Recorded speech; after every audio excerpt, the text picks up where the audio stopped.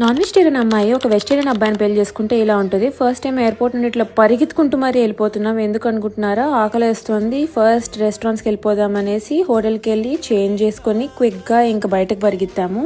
Obviously London దాకా ఎగేసుకుంటూ వచ్చాం కాబట్టి కొన్ని సైట్ సీయింగ్ స్పాట్స్ చూసేసి ఇంకా నా లిస్ట్ లో ఉండే ఫస్ట్ స్పాట్ కి అయితే పరిగెత్తుకుంటూ వెళ్ళిపోయాను. ఇక్కడ ఒక చాక్లెట్ కేక్ మీద 3 kinds of melted chocolates, white, milk and dark chocolate వేస్తారు. ఇది వేస్తున్నప్పుడు నా నోట్లో లొట్లు వస్తున్నాయి అండ్ ఇమ్మీడియట్ గా దీన్ని అయితే డివర్ చేసి వదిలేసాను. అండ్ హాట్ చాక్లెట్ కూడా ఆర్డర్ చేసుకున్నాను. ఇలాగే same 3 kinds of melted chocolates ఉంటాయి దాని మీద. దాని తర్వాత పొట్ట నిండిపోయిందిరా బాబు అనుకునే టైం కల్లా నా నెక్స్ట్ రిజర్వేషన్ టైం వచ్చేసింది. నేను ట్రావెల్ చేసేటప్పుడు అయితే రిజర్వేషన్స్ ఎట్లా సెట్ చేసుకుంటానంటే ఆ ఫస్ట్ ప్లేస్ నుండి ఇంకో ప్లేస్ కి వెళ్ళడానికి ఫ్లైట్ తీసుకొని వెళ్ళాలి. ఆ లెవెల్లో సెట్ చేసుకొని ఉంటాను. ఇక్కడ ఒక తెలుగు ఆయన పరిచయం అయ్యాడు. ఆయన మాకు ఫ్రీగా సాలడ్ కూడా ఇచ్చాడు.